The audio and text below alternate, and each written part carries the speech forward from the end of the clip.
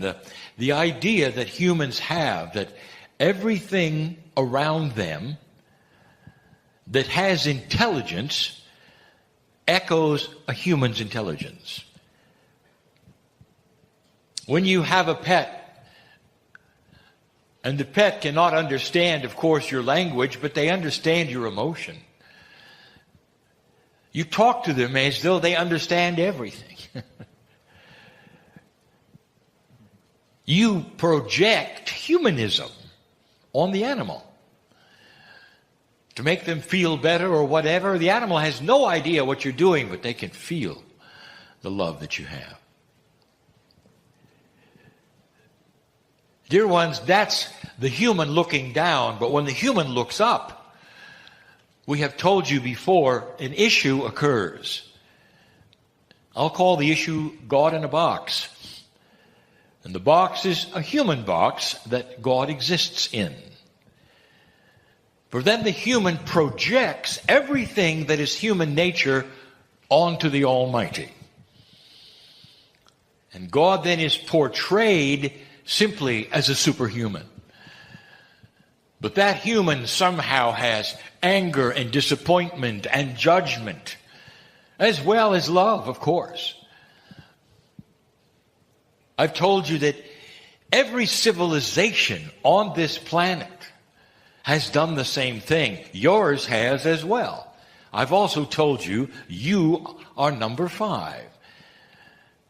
You are also the civilization that would be present during the precession of the equinoxes and make the change. Other civilizations before yours have gone through similar things. We don't speak of that yet, because most humanity doesn't believe anything happened before them. Before the 6,000 or 7,000 years that you're told you've been here, when actually it's more like 50 to 60,000. Would it shock you if I told you that some of the inventions you have, the marginal ones, but important ones, such as electricity, was not only present early in your civilization, but in the civilizations before yours? And the reason, because it's easily discoverable. Nature produces it. And anyone watching and looking and interested with an inquiring mind will discover it eventually. So you're not the first. And it leads to things which I'll mention in just a moment. But what I want to tell you is that you still have a model for everything, and it's you. Communication is interesting with humanity. Let's talk only about your civilization and what happened when. So interesting. You think you're so technical. You are. What if I told you, however, that long before the telegraph or the radio or the telephone, you had a system of communicating at the speed of light 20 miles at a time? You may laugh. All they had to do was climb a mountain and give smoke signals to the next mountain.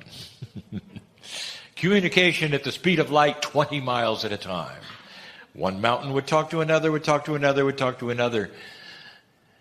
The language, perhaps, was a little rough. Not many words. But it was communication. It was needed. The dream of all humanity always was instant communication. In a very early time, if you wanted to send a message to someone you knew in a town or a village that was far away, the system was to write a note, get on an animal of some kind, and ride the animal to the next town. And that became the mail. Today you laugh at how slow that might have been, for sometimes you'd say hello in a letter, and 3 weeks later you'd get a hello back. And that was as good as it got. in your civilization, talking about the 1700s or so, along comes a system of electricity. You called it the telegraph, where you could start then sending messages through code, long distances. 100 years later, it led to radio. And then the inventions began. But suddenly you could talk, and those a continent away could hear it in real time. Some thought that was just about as good as it would ever get.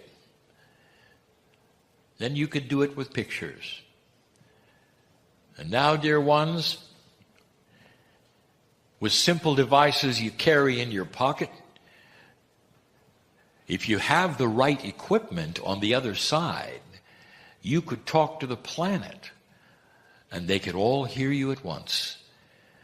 The secret, of course, is having the correct equipment, the correct connection, that which is needed in today's world with that which you call the net.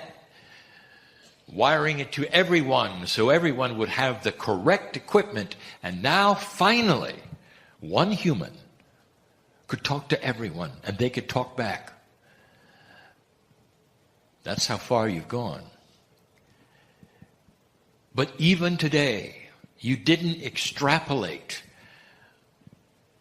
that technological improvement onto God. Do you realize that? You're still sending letters. Now you might say, well, wait a minute. That's not true. I can pray and I know God hears me.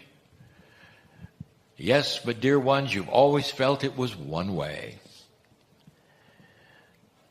Because you never felt that God could hear you enough to give you an answer immediately. It was either passed down somehow or realized in some fashion or got dysfunctional somewhere along the way. I mean, the Greeks were doing it. They were sending messages through prayer to their gods who they made dysfunctional so they would be more human. In other words, it continues even today. That who you are as humanity is then placed upon God. And this idea of God in the box is as follows.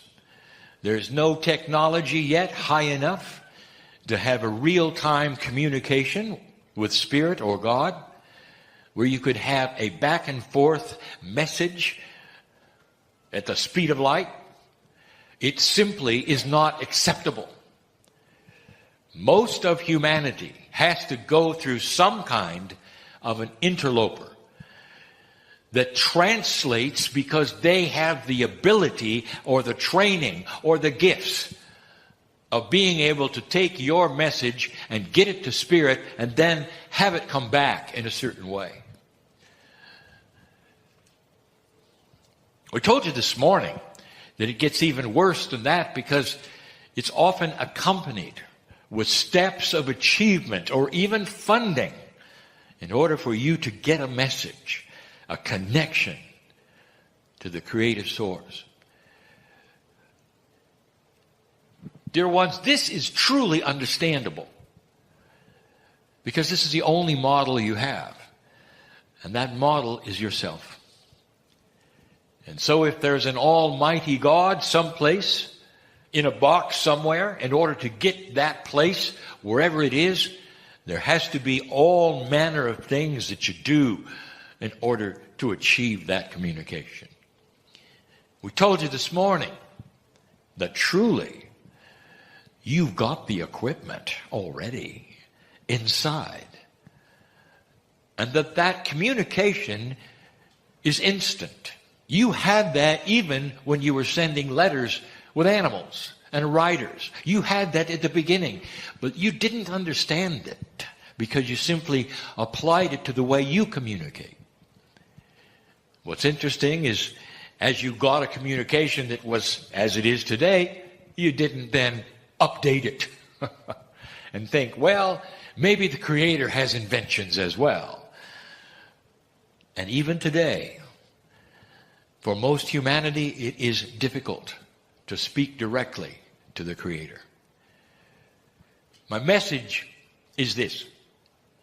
We're going to continue just a short amount from the idea that you have and always have had the correct equipment and connection and net, or whatever you want to say it, in order to have 100% speed of light, connections beyond speed of light to the creative source, because the creative source knows you. Another interesting thing about mythology, spirituality that humans have, you have no trouble at all, truly, believing that God can hear every human being all at once through prayer. You, by the way, then put this on to a mythological creature that you have who can do the same thing, and that's Santa Claus. No matter who you are as a child, Santa can hear all of the requests at one time. Of course, you did also place the other thing on Santa Claus that you placed on the Creator. You better be good, or you don't get the present. You see where you go with this. You don't really go all the way. Even if you believe that you can communicate, there's still the idea, what does God think about it? Is it possible that spirit can be frustrated? The answer is no. That is a human emotion. Anger, no. That is a human emotion. Well, wait a minute, Kryon. You said that spirit can have compassion. Isn't that a human emotion? No, dear ones, that's a creator emotion that you get by being a human. Love, compassion, benevolence, beauty. What you studied today in coherence and putting things together, all is from the creative source. Humor, from the creative source. The creativity of music. The idea of harmonies causing emotional effects and sending you into coherence right from the creative source. And all the other emotions that you dream up or you have, dream up in that you paste them on the Creator, is something you have, not the Creator. Now, where am I going? Once you get to the place where you realize you don't have to climb stairs or go through someone else, that you can sit in your chair, magnificent, and say, Dear Spirit, I know you're with me. Dear Spirit, I know you're here. Dear Spirit, I expect benevolent things in my life, and things start changing. Once you get to that stage, dear ones, you simply threw the switch. Because from now on, you get real communication and results. Let me begin with just one or two things. God is not in a box. Let us say, for instance, you are a healer. And for so many years, you've had the gifts and the tools of healing. And let us say, for many years, there has been frustration because they either don't work well or they work too well or you cannot control them. And this would be because those gifts are a spectacular, advanced energy that most humans do not have. It even frustrated the shamans of old. That sometimes the healing occurred and sometimes it didn't, and that got them in trouble because those around them expected certain things in linearity, and that's not what the gift does. Let's say that's you. How do you think spirit reacts to this? What's really happening there? Let me tell you.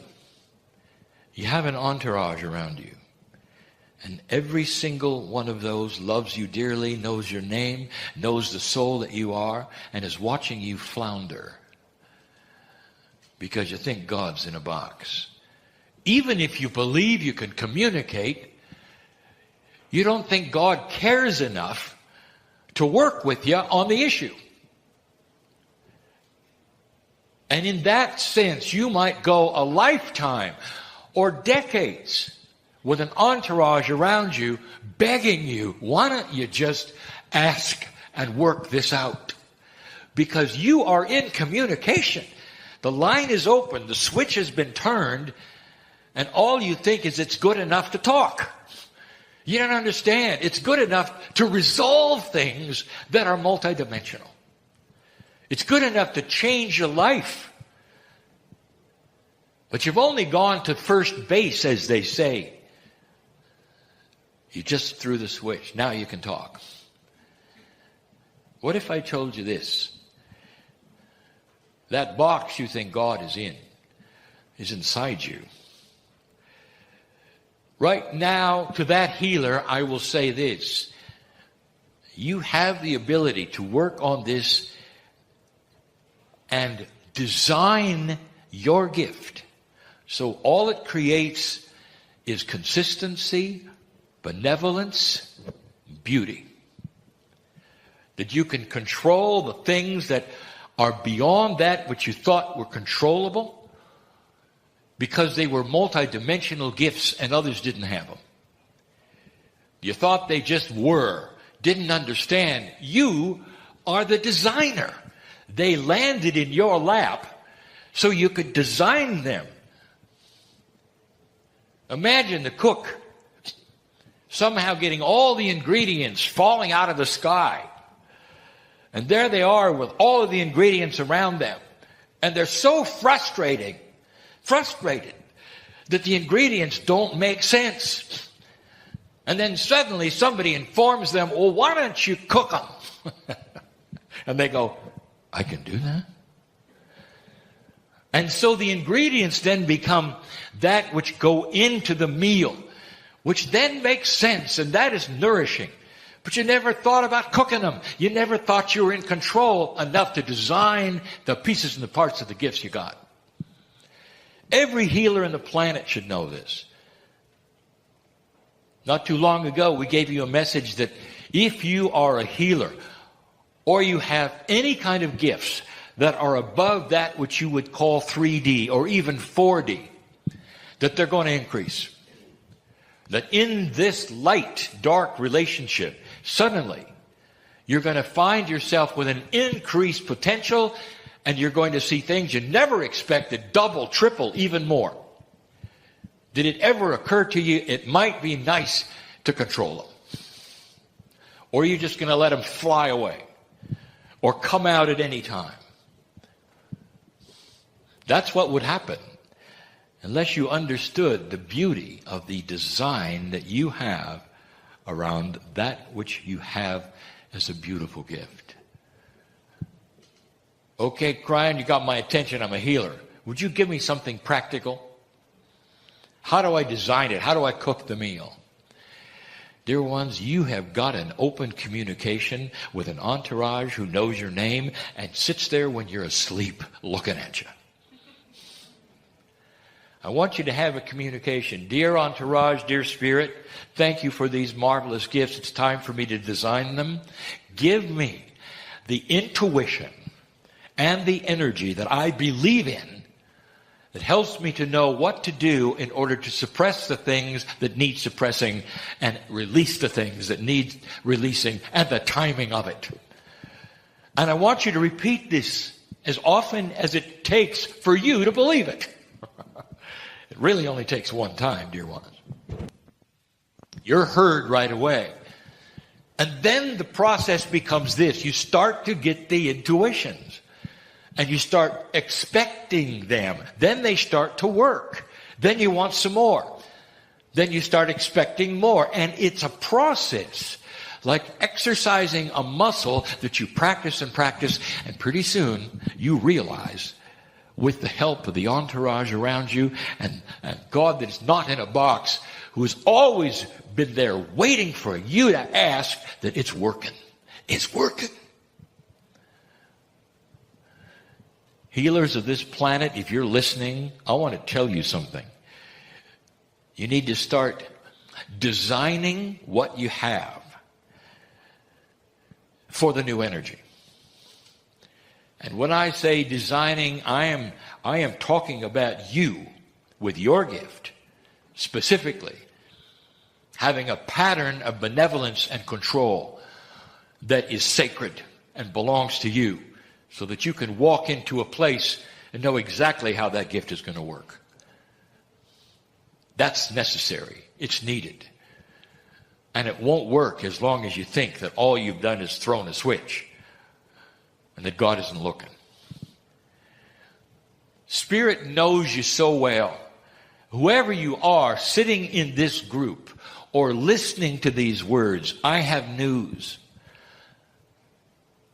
That there is a pattern for each of you to help you drop the fear, to help you advance in things that you didn't think you could advance in, to get control of your biology. All of these things have your name on them. It's not too much for Spirit, dear ones, to do this to millions at the same time. That's the spectacular energy of consciousness of God. Don't limit what you think is possible just because you don't believe you're in touch to that degree. You are. That's the invitation. If you think God is too far away to hear you, it's going to be an issue. But if you think you can whisper and be heard and loved by the eternal creative source, then you're on the right track. Dear Spirit, help me to shape my life in a way that's going to work, because you know me better than me. My higher self, my soul on the other side of the veil, the entourage, whatever that is, I realize it's all there to help me right now on this planet during the shift, so that I can live longer, I can be peaceful, I can deal with the little problems that are coming along my way almost every day, and that I can design a reality that is beautiful for me, not for anybody else but me. That's the individualness of the beauty of the love of God. Are you getting this? Bigger than you think? In this light, easier than you think? But it's not that which you've been told. So for some of you, it's harder. For some of you, it's easier. But dear ones, for all of you, it's possible. This is the message, and will continue to be the message from this man in the chair. And so it is.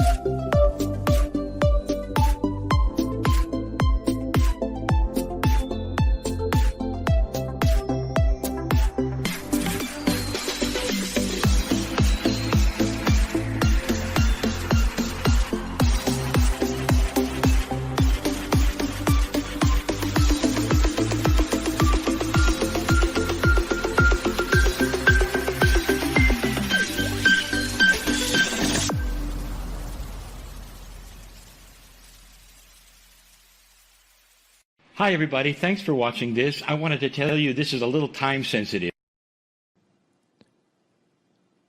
Greetings, dear ones. I am Kryon of Magnetic Service.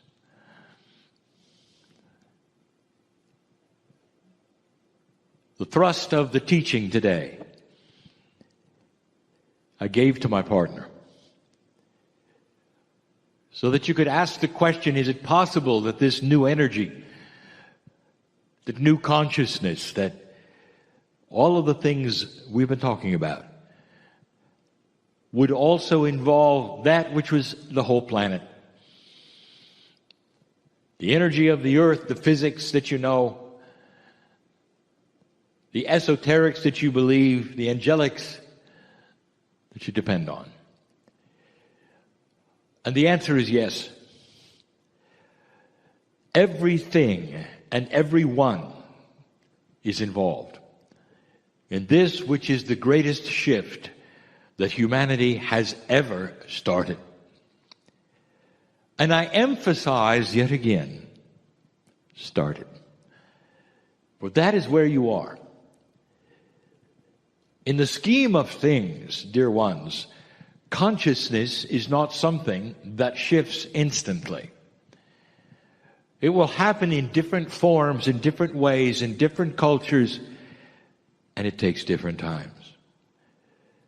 As you sit there or as you listen to this, for your culture, you may already be experiencing this very thing, and in others, they may not experience it for a generation.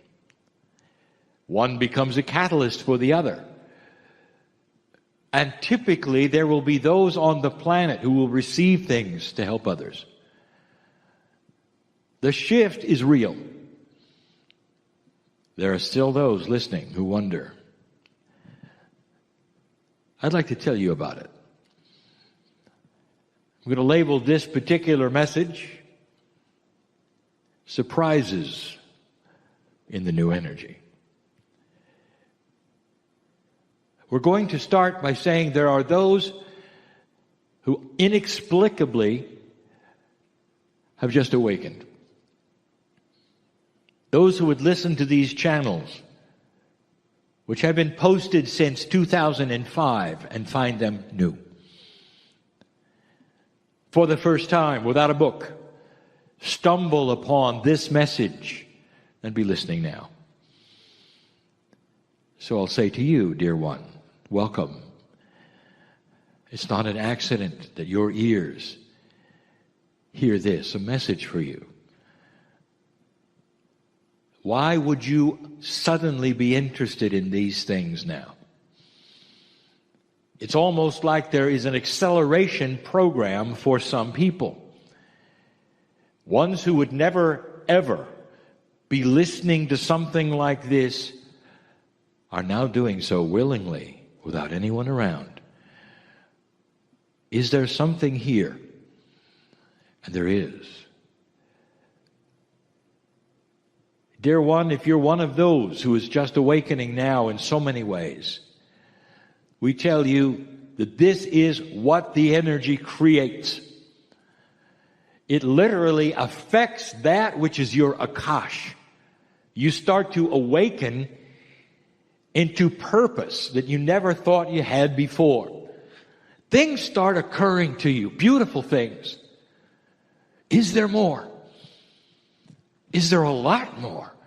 Is there a system that I have missed? What is being said about it? Who is talking? And then there is that integrity that starts to tell you what you're hearing is right or wrong. Is the messenger trying to sell you something? Is the messenger trying to get you to do something? This messenger of Kryon is trying to tell you that you are loved beyond what you think you are from a creative source that you have called God. The earth knows about this source, the singular God, the oneness of God, but they don't know that there is a beauty of benevolence that exists that knows your name. That's the message. and that something grand has happened on the planet. Something that was predicted by the ancients, not by the currents, not by your scripture, but by the ancients. That is what is taking place. Things that you will find in the ancient calendars, and the writings on the walls, in the lips of the elders who remember what they were taught. A time of great decision, a time of great light and dark, a time of no fence sitting, a time of truth, a time of awareness and awakening. And every single human will have a choice to accept it, to see it, or to simply walk the way they've been walking. But the ones who will see it first, the ones who will listen to this message and wonder why they are the ones that have been on this planet for eons. That is the old soul. Your soul is journeying through life. The soul is eternal. It never dies. It comes and goes and comes and goes in different kinds of situations, cultures, bodies, genders, and learns things as it goes. This is the time you planned for, old soul, whether you know it or not. There may be mystery right now to you. What is this? What is really being said? And so for you, we say, take it slowly, listen carefully, and perceive truth. But the ancients knew that human consciousness would someday awaken to a higher, much higher ethics. The beginning would be with those who were old souls who had been on the planet the longest and would have the equipment, that is, the experience, to see what it was. It's a fast track of learning, helped along by the things that we have channeled are happening, that the earth itself and all that is upon it knows who you are and what is going on, and that there are processes at work that will make this an awakening far, far easier. Because the processes are one that will void the dark, make it uncomfortable for those who only want the darkness in their lives, and will eventually wipe away that which you even would consider to be evil. This is where you are. The beginning is where you are.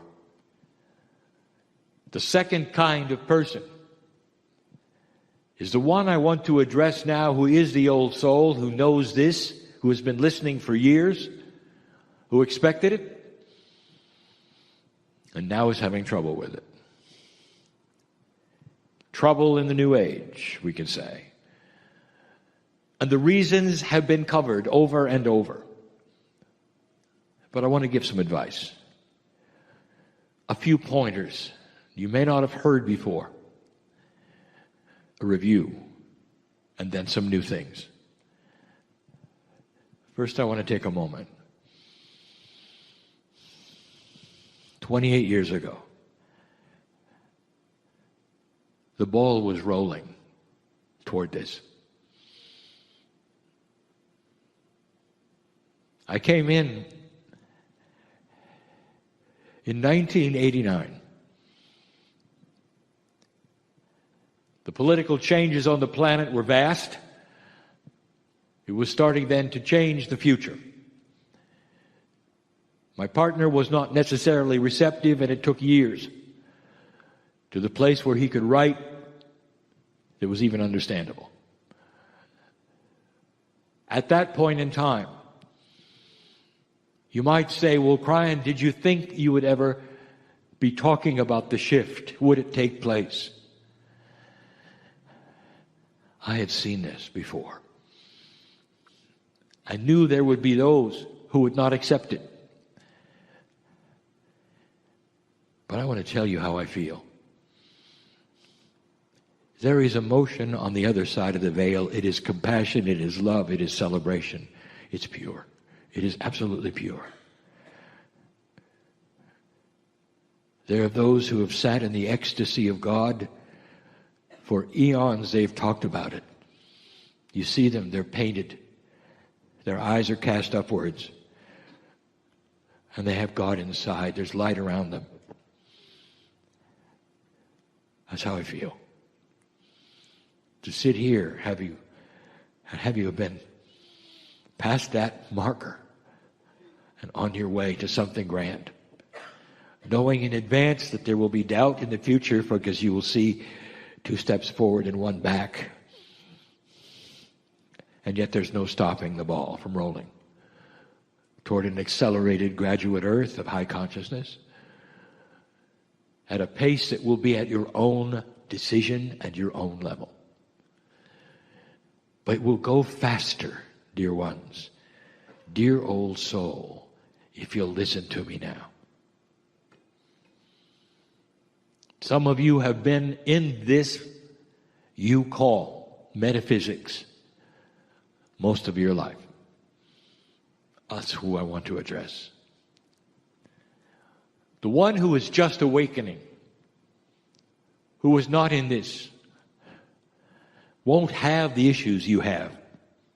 None of them. Everything will be new.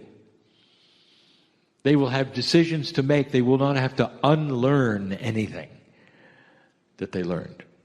And you will. And the hardest thing is the bias that you carry over. It tells you you know how to connect to God. We have talked about this before. We've given you metaphors before.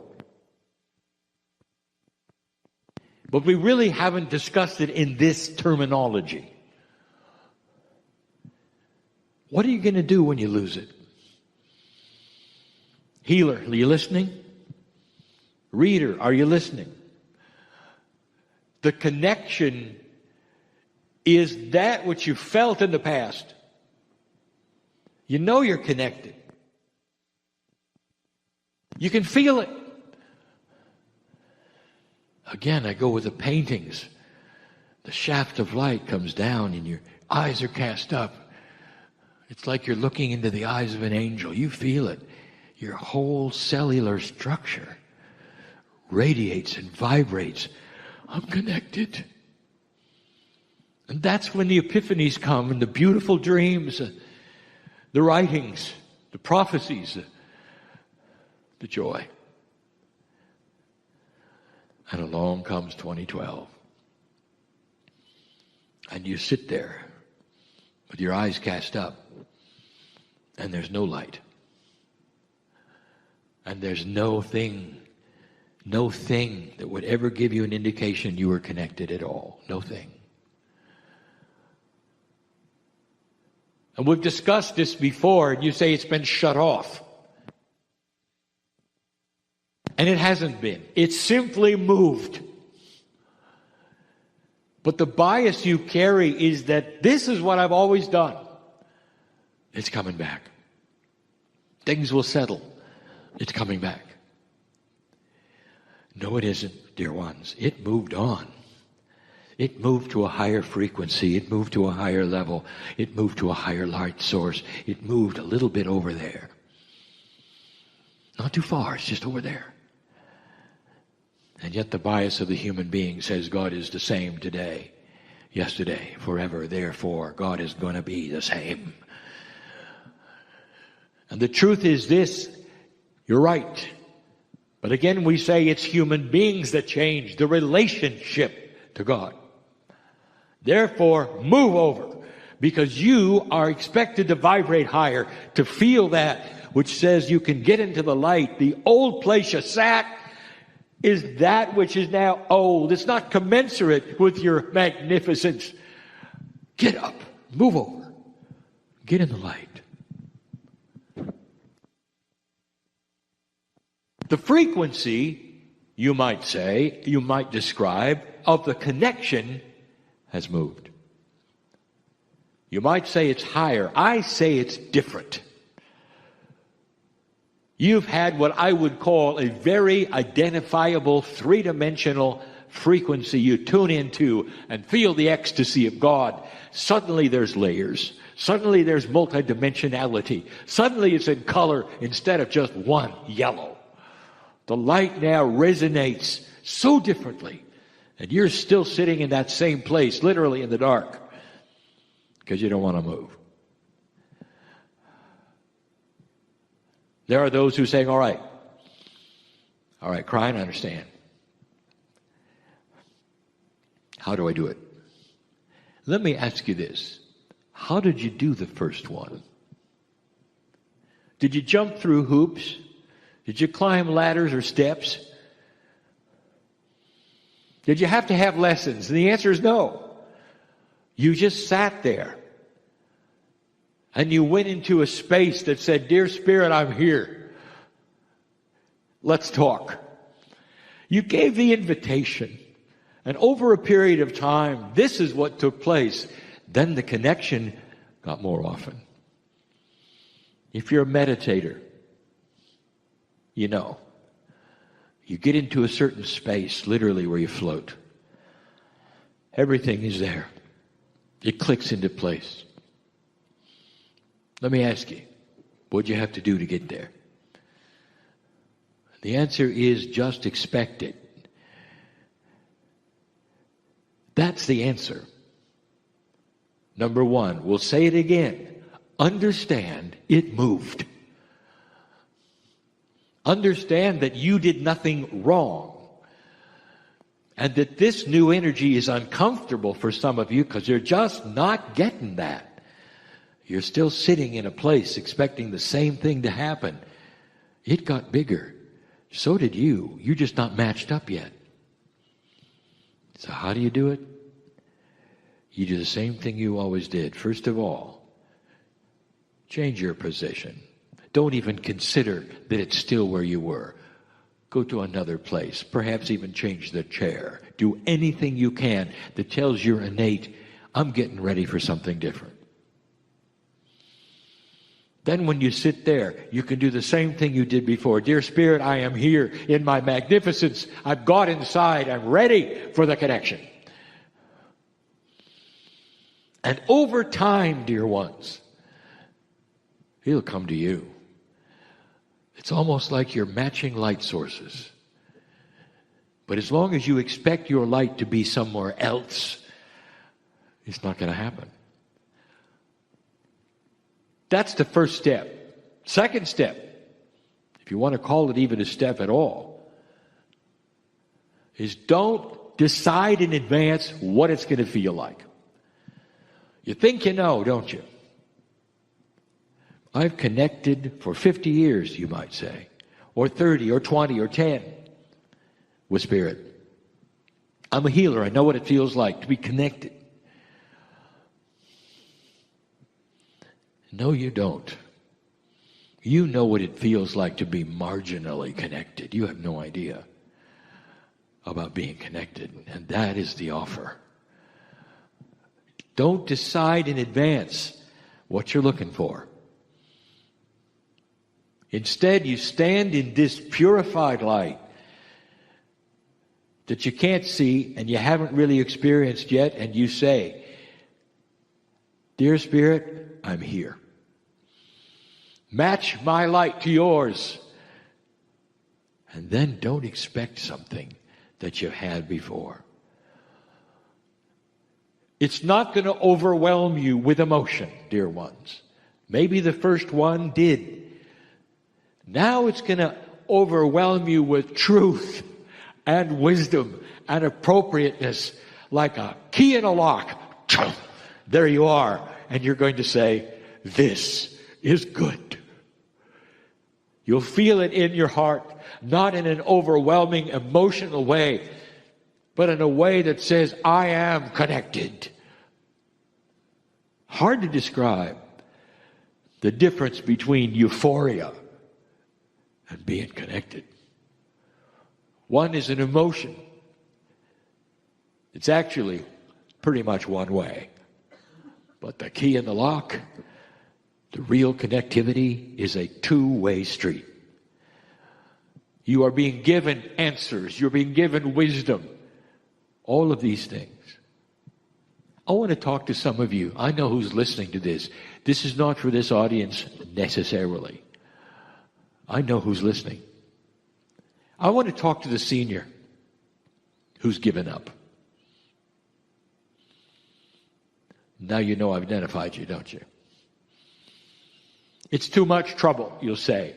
I'm a creature of old habits. I've been doing this a certain way for so long, I'm not really sure that I can change.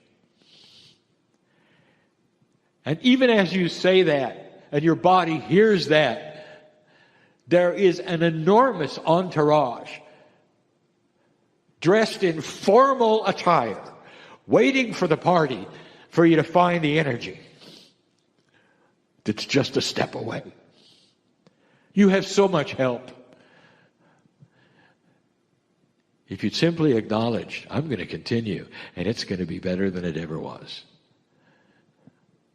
There are those of you who have stepped away and told your psyche and your innate that you are frightened and worried because you can't find it again. Did you know this is an invitation for disease in your body?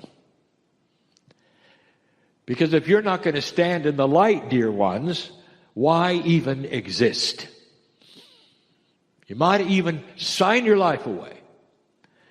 You spent so much time invested in the light, you can't just cross this bridge and give up.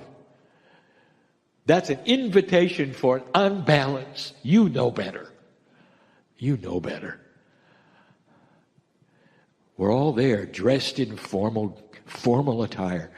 We're waiting for the light to be turned on for you to arrive and reconnect in a way you never have before and keep it going. That's for the elder who gives up. Being uncomfortable in this new energy is so common for old souls. Because now you've got to drop the baggage. That's the other one. What is it that you've carried around that you think you need?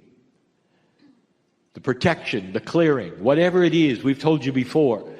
This is new. You can't carry around your lamp oil when you have electricity, and some of you are. It's dangerous. Catches on fire. Do you get it? It's dangerous to carry the old baggage into the new energy, because you'll always use it as a crutch or expect it's going to do this or that when it does nothing. Your light in this new energy is so immense, you don't need electricity or lamp oil. All you need is you and an understanding. Finally, you're connected in a way you've had dreams about. Haven't you had the dreams where you're connected? Haven't you had them stand where you have shafts of light coming through you? Now you know I'm talking to you, don't you? I know who's here. Shafts of light. And you wake up from the dream, you say, wouldn't that be nice? It is nice. Welcome to the new energy, because that's you. That was a foreteller of you in this energy. The light is esoteric. You can't measure it. Not really. Not yet. But the ones who can feel it are the ones that would oppose you.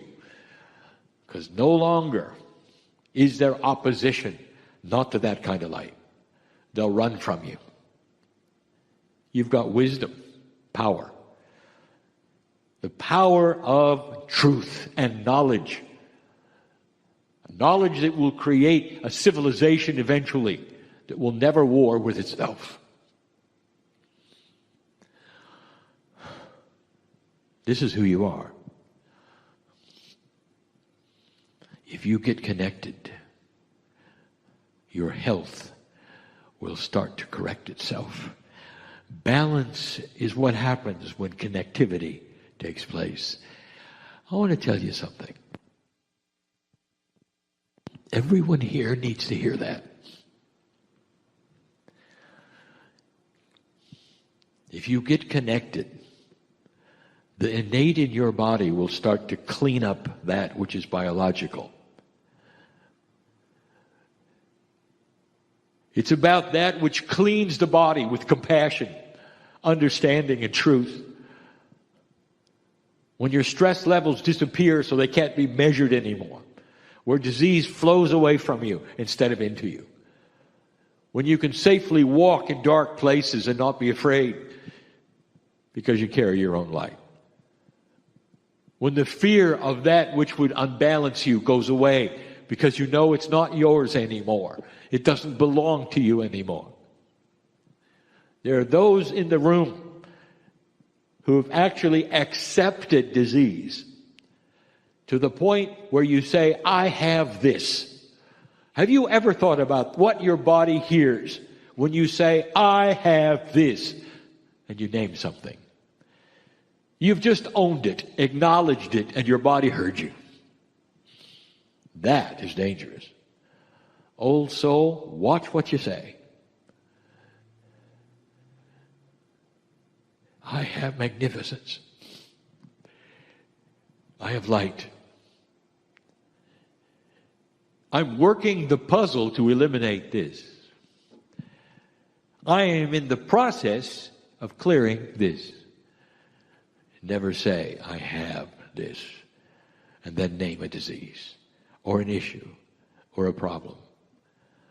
Because your innate is so aware right now of your commands to it. It's almost like it's listening to every single word you say to everyone. It's time for you to claim that magnificence. It's going to help you connect. Believe me, you're beginning to turn on your light. It's the beginning. It's why I'm here. The transition is tough. Only because the bias is caused from eons of being a certain way, and now it is not. That's the message today. Oh, there's more. Much more. The oil, the catalyst, the thing that greases the wheels of all of this is a word you don't want to hear. Patience. All of you are impatient. Every single one. Because at some level you can feel it coming. The train is arriving. You got the ticket. You've been waiting years. You can hear it, but it's not here yet. So now you wring your hands and say, come on, come on, come on, come on, come on, come on. I want you to be patient because it's a guarantee you're going to get on the train. And in the process of the patience, more stress will disappear.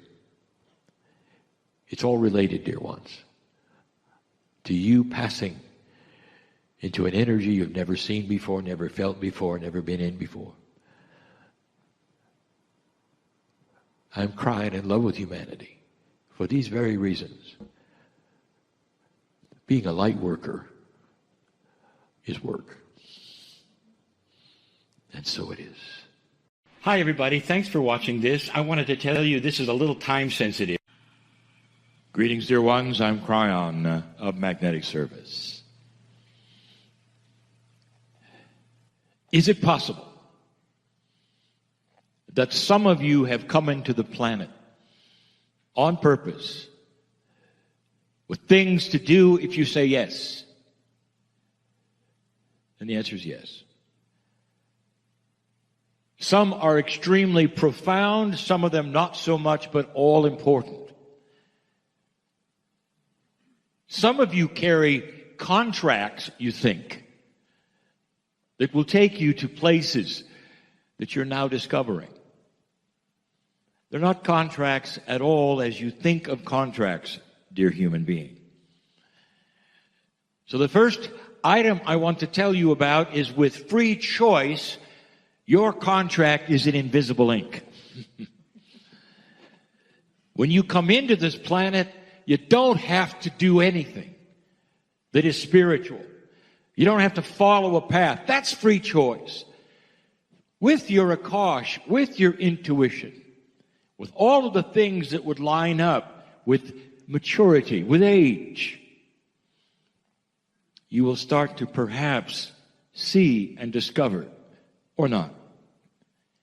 So a contract is a potential, and it exists.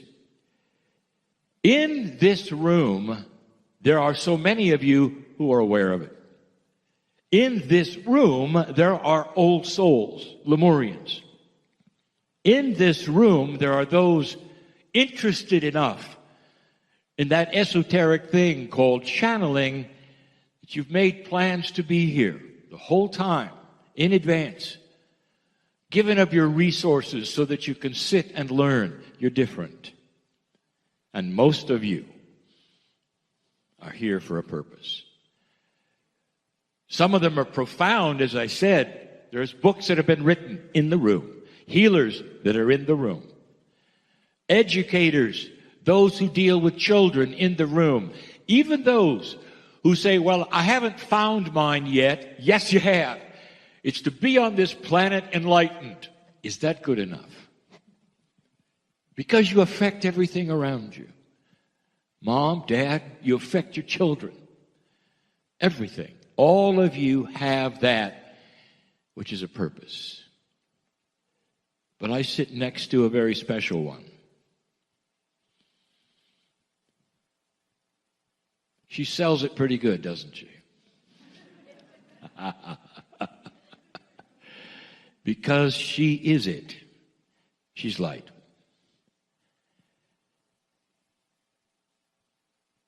The teacher Peggy has paid the price, as so many of you have, in relationships of all manner. She has been asked to leave countries because her light was too bright. She's been asked to leave the room because her light was too bright. All through her life, this has been the teacher Peggy. And the thing that brought her to the cosmic lattice was this light. How do you categorize it? How do you use it? What do you do with it? And she put it together. Are you shocked that there's physics involved in the lattice? If you take a look at science, they will say everything has fractals. Everything, down to the smallest of the smallest of the smallest, there's pieces and parts and designs. Why would the map of human energy be any different? And that's what she's done. She's mapped out as best as possible over the decades of her life what light is inside the human. How it works. What are the fractals? What does it mean? It includes the meridians, the esoteric, the physical. It includes consciousness itself, all there to be studied, worked on. The healing, the reverse of it, the yin and yang, it's all there. That was why she came. Dear ones, long after she is gone, that information will remain. And it will always have that name on it of Peggy Phoenix Dubrow. She stewarded it and continues to. She's light. And that brings me to the lesson. And the lesson is one I have given before so many times. For those listening after the fact and enjoy listening to multiple channelings, this is not new.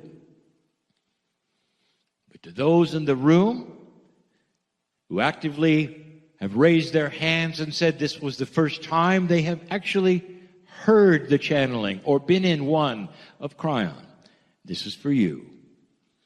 I want to tell you about light, because things are changing on this planet. Question. Kryon, is the cosmic lattice the human Merkaba? Answer, no. The Merkaba is that sacred vessel that you ride in. I'm going to call it the ascension vessel. The cosmic lattice is the map of human energy. All of it. Even parts that Peggy has not yet discovered. But the Merkaba, an esoteric vessel that you ride in all your life, you might say it's the membrane of the soul. If you want to get into where it is, how big it is, you can't. It cannot be drawn, although there is so much esoteric structure in it. There is sacred geometry throughout it, just as there is in the lattice. That's what I want to talk about. This Merkaba of yours is startlingly, profoundly energetic with intent. All of you have it, every single one. But you can walk this planet, never see it, deny it, never learn where it is, what it is, you have it or not. And listen, through free choice, God is never going to tap you on the shoulder and say, why don't you look at the Merkaba? Because that's free choice. This is important for you to hear. Freedom not to look is never judged. Freedom not to look is never judged.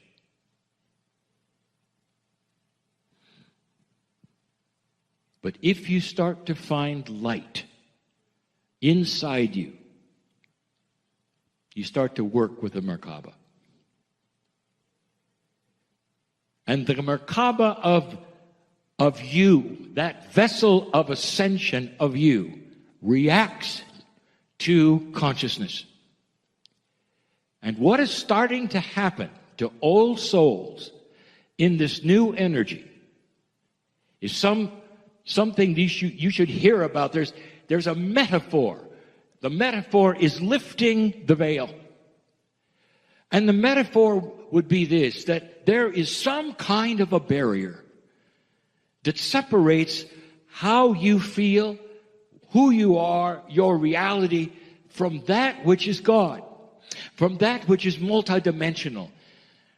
And you even say it, it's the other side of the veil. Past 2012, everything has started changing.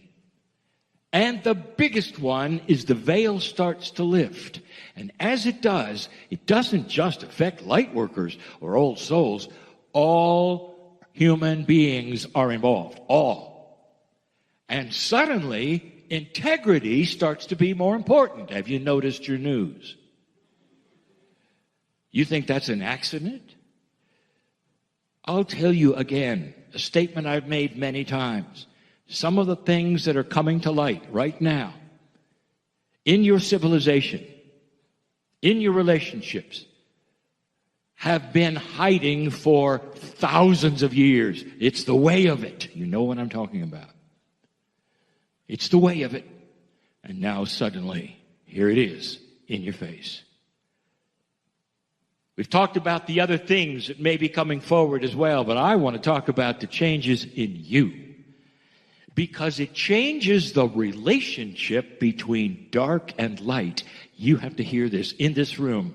Doesn't matter who else hears that. This is for you. Because I'm talking to the channelers and the healers and the ones who've been working with light for so long that would bring you to a room for 4 days where you sit in a glorious place and have different energies presented. You have to hear this. Darkness has always had the edge, always. Some of you carry an Akash that is powerfully sad. Now, did you hear that? Powerfully sad. And what I mean by this is that every single time you showed your light in the past, you were punished for it. That's your power showing. Some of you were burned at the stake for it. The one sitting next to me was. She knows it. She's actually revisited the town. That's old energy. because it seems to win and win. Isn't it odd that shamans in the village were known because they were healers and helpers, but as soon as something went wrong, for instance, a storm came through or a flood happened, the shaman was sought out and killed. Must be the shaman who did that. And so you see, the esoteric energy had a two-edged sword, completely and totally misunderstood. The healer was also the magician. The magician was also the evil one. The darkness always won. And this has created war. This has created consciousness that could not see past its own survival. Consciousness that would get together and circle itself and compete for resources and take that from others and think nothing of killing one another to get what they needed. That is old energy. That is darkness. And I would like to tell you that this veil has started to lift, and the light is coming through, and it's starting not only to show to humanity, but it's affecting the ascension vehicle of every old soul in the room. Listen, you have habits to deal with old energy. But if the old energy is no longer winning, and if the light to dark ratio has started to turn toward the light, those old habits are going to slow you down. And what would those habits be? Now, this is controversial, and I have said this before.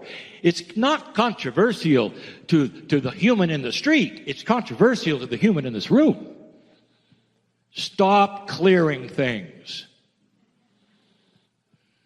Did you hear that? Oh my goodness, did he really say that? Why do you clear things? You clear things because the darkness in the past, the old energy, clings to things. It's always out there to be there to clear. And so you must clear the room in order to have a meeting. Healers, first thing you do, you want to clear the area in order to heal somebody. What if I told you that you can do that if you wish to, and all the angels that are ready to help you heal will sit there just tapping their toe and waiting for you to clear the room? Because there's nothing to clear, and I'm going to tell you why. Listen.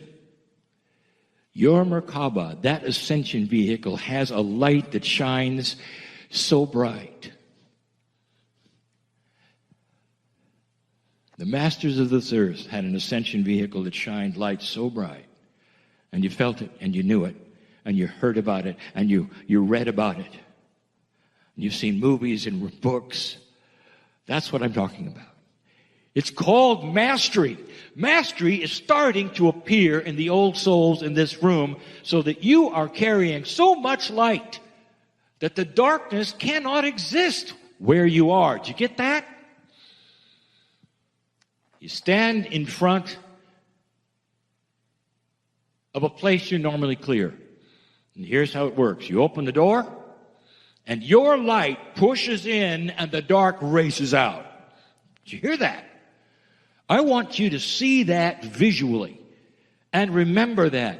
When you walk into places where you think there's dark energy, especially those who were raised to think that this earth is out to get you, that you're a victim of darkness, and here it comes. Suddenly, you are light. And wherever you walk, the darkness retreats. Wherever you walk, the darkness retreats. That is new. Healer, you walk into that room,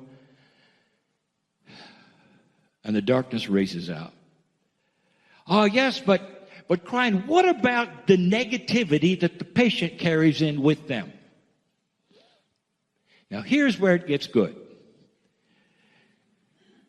Because you, in your linearity, believe that dark things actually then cling to people and that are part of a singularity. I just told you that darkness leaves. That patient is now ready for you Because that which used to cling to them, made it so hard to heal them, is out the door. Do you get this? That is why the healing from those who leave this room and continue their healing will be twice what it was. That's why those who would read for others, who have to then sandwich between that which they consider as darkness in order to get to the truth, will be able to zero in on it right away. Reader, you needed to hear that because it's going to get better for you. Some of you are battling that which is now phantom. It doesn't exist, but to you it still does because you have had this habit for decades.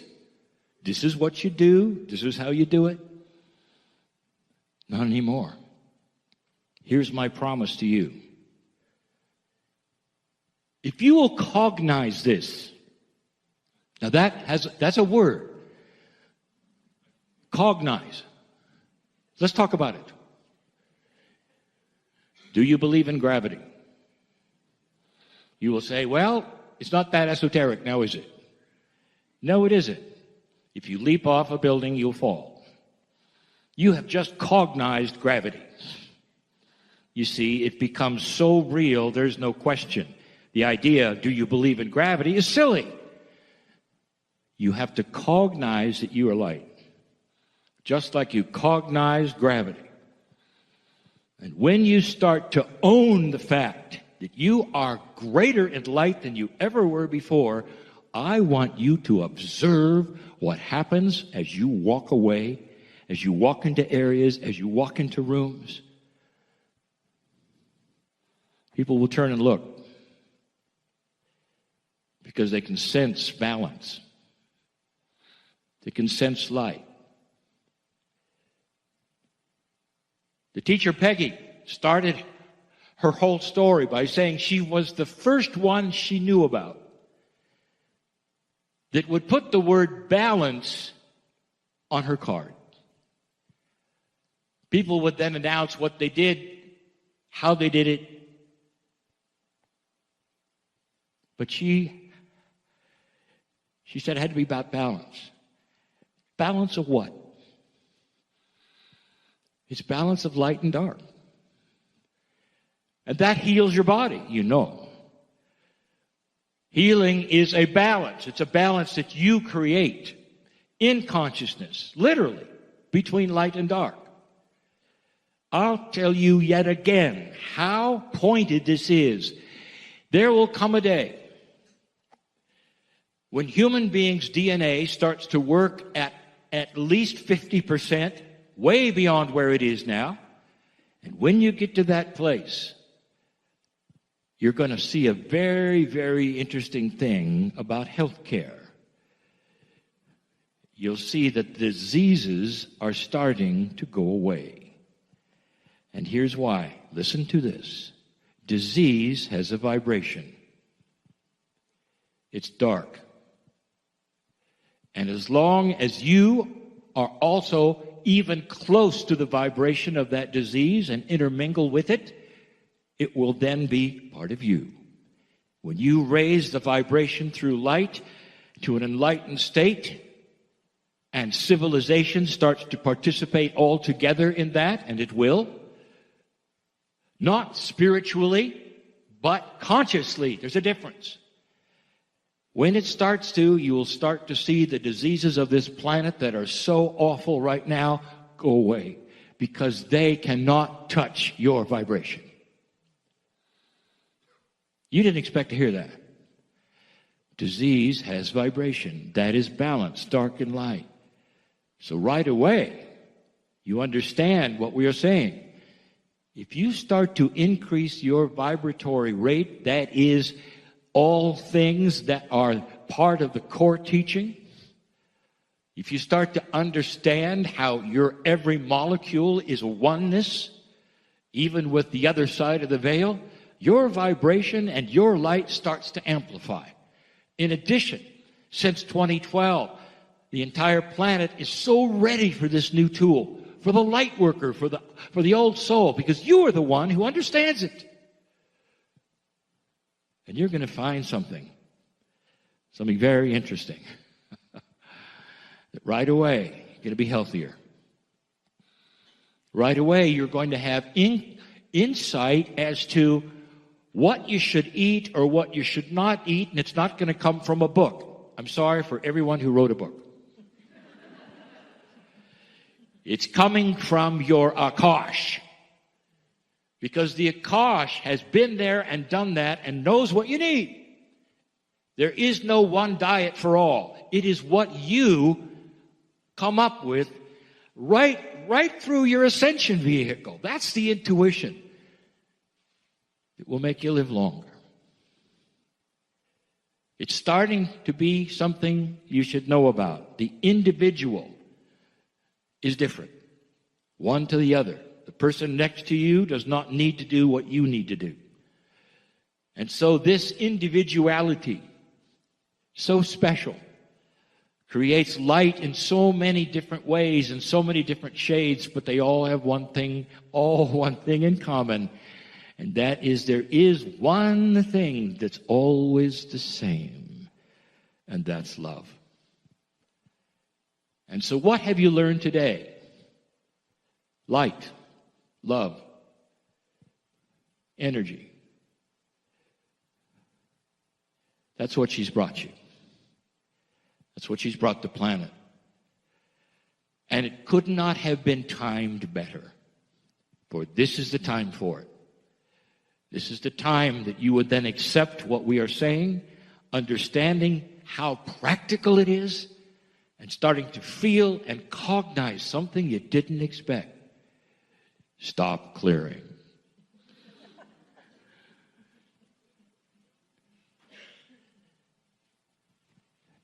It's a good time for a light worker to be alive.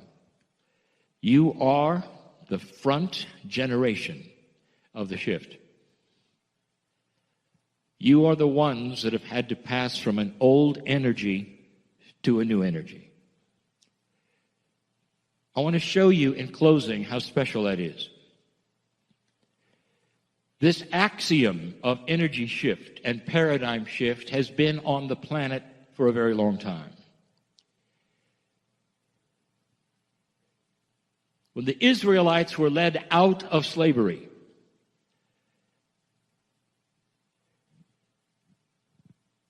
they had to circle for 40 years.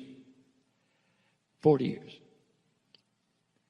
Before they were then allowed to go to the promised land. We've said before, can you imagine that population asking the leaders, why are we going in circles? Where is the promised land? In those days, dear ones, life expectancy was not much more than 40 years. And that should tell you what happened. You cannot take a generation with a consciousness of slavery and take them into the promised land of freedom. The old guard needed to die off, and the young people could go. This was so profoundly an axiom of that energy that even Moses didn't go. Now you are looking at something similar, but different. Moving out of an age of slavery to an old energy and old consciousness, into a new paradigm, freedom of consciousness, integrity, where things are starting to shift in ways that are frightening to many because they are not what they're used to. And there are those who would say that you have to have the old paradigm. You're going to have to die off, and the younger ones, the indigos, they're the only ones that can do anything. That's not so. Old souls are needed. You're needed right now. It's the reason you're in the room. You're needed because you have the experience. Been there, done that. And you, through what you have accomplished and what you know, understand what I'm saying today and can leave the room so different into that promised land without dying. That's what's different. That's profound. That's who you are. It's about light and love. It's about consciousness shift and cognizing that which is true. A new paradigm for the first time in human history, where you carry more light than you ever have before. Stop clearing things. Hi, everybody. Thanks for watching this. I wanted to tell you this is a little time sensitive. Greetings, dear ones. I'm Kryon of Magnetic Service. And so we celebrate today. We celebrate small things. Celebrate joy and laughter. We have spoken of it before so many times. Is that which is the energy of laughter and joy is sacred, and that you can feel it. It surpasses any other emotion except love that the human being generates. The emotions have physics. There are literally energetic waves that are absolutely broadcast from emotion. You know this, for when one laughs, it's contagious. Joy is this way. If you ever wondered if there's joy on the other side of the veil, it is indeed. It is a godly emotion. It is given to you. Dear ones, it's not necessarily because you have intelligence that you have joy. You can see animals have emotion. It is difficult to see them laugh at a concept. This is a godly, absolutely a God-given way that you can show that you have God inside. What I have tonight is short. And there is three things that we wish to discuss. And we're going to look at the difference very briefly between old and new paradigms.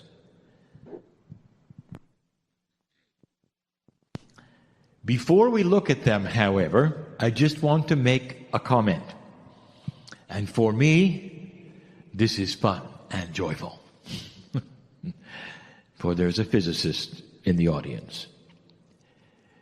And I challenge him to find the rule of 12s.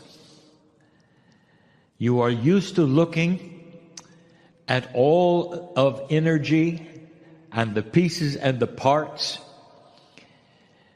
And I ask you to start looking at the confluence of 12s. Nature is in 12s. The DNA should have warned you about that. It's not in 10s. The bias is for you to count in a base 10. Physics truly is 12 based. Now, not all energies can be seen and identified, but the reactions can to tell you something is there. And if you count it, you will find, to your surprise, that there is a confluence of 12s. It ought to tell you some of the missing laws of physics and what might be there that's going to then reveal and explain some of the things that you cannot see. If you examine the Kryon lessons, you will find that most often we deliver things in 3s, 4s, and 6s. No one has really ever put that together. And we do it for a reason. That is the structure of everything. Not 10, but 12. We present 3 things today. Easy, and yet difficult. Dear ones, the difference between that which is what has existed and that which is coming truly is about paradigm shift. It truly is the way you see things and perceive things and react to them. Basic human nature will fall into a pattern that it is used to. And what you are used to, even as a healer and a light worker, as we discussed yesterday, may be a habit. It may be tradition. It may be something that you were taught. I want you to know this, that in the process of life, what is taught to you by somebody that you appreciate and honor and even love will etch itself into your mind as being somewhat sacred. And when things change and those things are no longer valid, some of you feel disappointed. Perhaps even there is a betrayal you might feel as you change your paradigm, like a slap in the face to the one who taught it to you. That is a habit. That is an emotion. And it's not so. The ones who have taught you the way you should be or do or what works and what does not work in an old energy are respected because it worked in an old energy. And in the new energy, you become the teacher.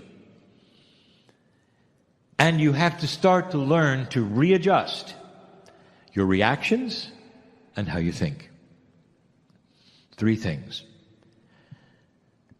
They start with the easiest one, belief. When you believe in something, there is an instant and automatic reaction. If your belief is strong, if it is something that is spiritual, you have rules around it, organizations, doctrine, actions, whatever it is. The first thing in an old energy you wish to do is share it with others. Now, what if I told you that's an old energy reaction? And that sharing it with others is no longer what you're supposed to do.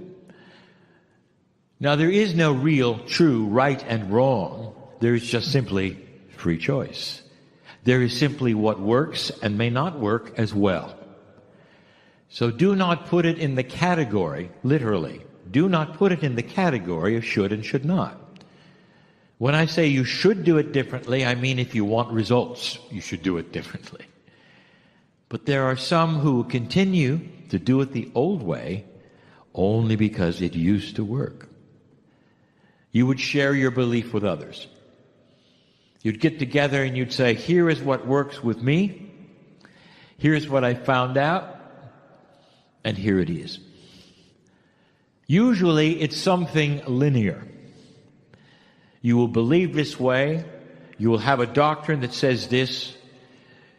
You will take the words of a prophet and apply it to your life. And it's helped you. And so therefore you are sharing. Now that has another word. You are evangelizing your belief, no matter what it is. You could be an atheist and evangelize your belief that it helped you. This is action from the belief. Humans share what they have found works in their belief system. Now, this is going to sound real familiar to those of you who have listened to me before. There is a new paradigm. And dear ones, this is harder. A lot harder. If you wish to share what you believe, it's time to take it inside and show somebody it works. Never tell them what you believe. Instead, you live it. And if your belief is indeed accurate and true, then the love of God will show through you accordingly. And the belief will be yours until somebody asks you, what do you have that I don't? This light you have needs to be shown to others by your actions that are practical. Do they see somebody who is balanced? Do they see somebody who is joyful? Can you have a situation where you walk through life and you have the same problems they do, except you do not go into frustration, anger, fear, and drama? and side by side with a co-worker or a family member or even a child. They would look at you and eventually they would say, "What do you have? Because I want it." And then you can share your belief. The difference is one is linear and one is not. And if you see how this is working, truly now we are saying it's not about a linear process of do this, read this, go here. That used to be sharing your belief. And today, you apply it to yourself and let the world see who you are. That, dear ones, is harder. But I want to tell you something. The results are long-lasting. Because no one can argue with your mastery. No one can argue with your balance. Especially if they see it day after day after day. And realize truly you have something it's worth asking about. That's number one. Number two, this is simply information about what is coming and how to treat certain things. In the area of the new energy and metaphysics, in training, in learning, we have told you there will be changes in systems. Now, the systems that are going to change are all of them, eventually. And we have told you over and over that the very paradigm of how you get your electricity should change. We've told you to eliminate the master grid, to be sufficient in groups of smaller grids so there'll be no problem if a grid fails. You simply go to the next smaller grid's house. We've told you that the technology is coming for this, where groups and neighborhoods can have their own grid, and they can have it easily and not expensive. We've told you about water. It's time to desalinate with efficiency, no heat, no chemicals. There are ways of desalination in real time. Look for it. We even gave you hints of how it might be done with micro-robotics. In case you can do this, the ocean is your water supply for any city. You can see the ramifications. You can even do it on a small scale. We've given you all this. These are then systems of ecology. We have told you that politics is changing.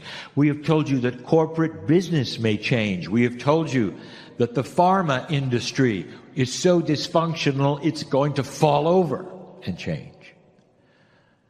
All of the years, systems are changing.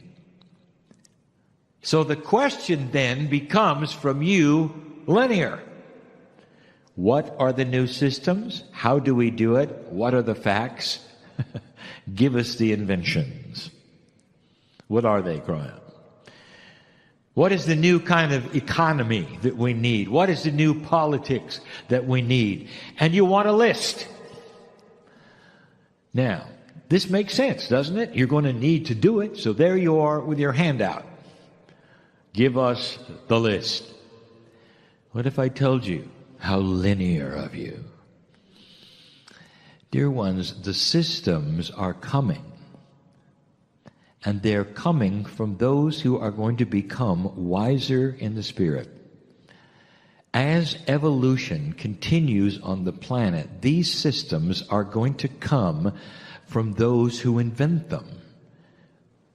You're not going to get them from Spirit. I want you to start thinking differently. Instead of having conventions where you're starting to look to Spirit to give you the answers, instead, I want you to understand, to develop yourselves and those around you so that you have spiritual wisdom and common sense. Start looking to the young people and developing this within them. This is coming from the future, and it's become right out of the people that you know in both genders who start to become wiser in spirit. God's not going to hand you these things. We've talked about the coming inventions. We know the potentials of what you're going to discover because they are there. We know what they are. You're going to develop them. You're not going to get it from us. So why do we tell you this? Because there is a tremendous waste of energy asking us for them. Instead, start looking at the young technicians, the young scientists, the ones who are just coming along now with their brilliance. They have the answers, and they're going to have some wisdom you didn't expect. There have been a lot of brilliance and a lot of smart human beings in the past, and yet none of them gave these answers. And the difference will be the new energy. I want you to look to these for these answers and not to spirit. That's number 2. Number 3 is similar. What is your path? Every single human being at some level who is spiritual is looking at what they should do. Literally going from A to B is something that you concern yourself with. What's next? What will I do when this or that happens? Where should I go? Should I or should I not do A or B? Absolutely practical. Totally understandable. There are those who would say, why don't you simply stand there and God will tell you what to do? We have told you that is not the way it works. But still, you stand and you say, help me, I need something. When the human wants to go into unknown territory, the standard linear answer is get a map. Now, the map could be a book. The map could be advice from a friend, even shamanic. That is what the human does. If you're uncertain about the path, you will find an expert or a map, a device, or something that will give you an answer so you don't have to go into the unknown. Most of you know what I'm going to say. For those who have not attended the weekend, this especially is interesting. For those who have attended the weekend, you already know because it has been discussed. The new paradigm is for you to launch yourself literally at nothing and depend upon the wisdom of the moment and the synchronicity to show itself when it needs to. You race toward the fork in the road and you want a map to know whether to turn left or right. You have no idea which way you're going, and you know that one way might be trouble and the other way might be salvation. And you need a map. And the closer you get to the fork in the road, the more frustrated you become that you don't have your map. Now, that is the old paradigm. And in the new paradigm, you're racing toward the fork in the road, singing travel songs as you go. Because you're not worried. And the fork shows itself and you're still not worried. And finally, you're at the fork in the road and you have the intuition that says there's a fork in the road, turn right, and you do. Until the next fork, until the next fork, until the bridge, until you reach the destination that you really didn't know you were headed for. This is a new paradigm. It is a new reality for old souls. You're not going to trust the linear mind as much. Learn to trust the intuitive brain, if you want to even call it that. The human being, metaphorically, has 3 brains. Isn't it interesting? There's the 3 again. They are synapse, which you call the human brain. There is the intuitive, which comes from the pineal. And there is the heart. They're actually on the heart, tremendous magnetic field, which you know about, and also there are nerve cells there that mimic synapse. This is part of the human system, which will be discovered profoundly. It's a triad, the 3. So you are starting to trust the intuition, the heart, if you wish, and marry it with the logic of the brain in order to give you a complete picture, not a where to turn, but on how to react when you need a map.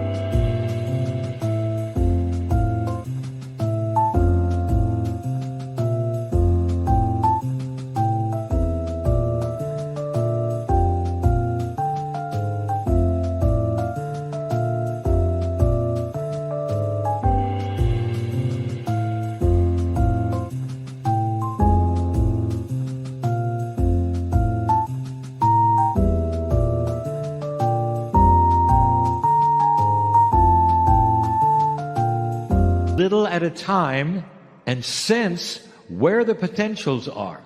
Which way to turn will depend upon what is happening at the moment. No map is going to give you the future. Different reality, different way of thinking. These are the 3. Dear ones, these 3 alone will start to balance you differently. There will be some who will question you as you start living this new reality. Now, have you noticed young people? Some of them are doing it already. Have you criticized them for it? I know who's here. You don't know where you're going, you don't know what you're doing, you got to have a plan. And they look at you and they say, really? We're going to know as we go. Know as we go. And you sit there and you say, oh, this younger generation. What is going to happen to them? I'll tell you what happens with know as you go. Peace on earth. Know as you go is the new paradigm. So, dear ones, congratulations for being at the right place at the right time. Before I go, look around you. That's family. You may never see them again. Or will you? Might they have another face, another countenance? Celebrate them while you can. And so it is.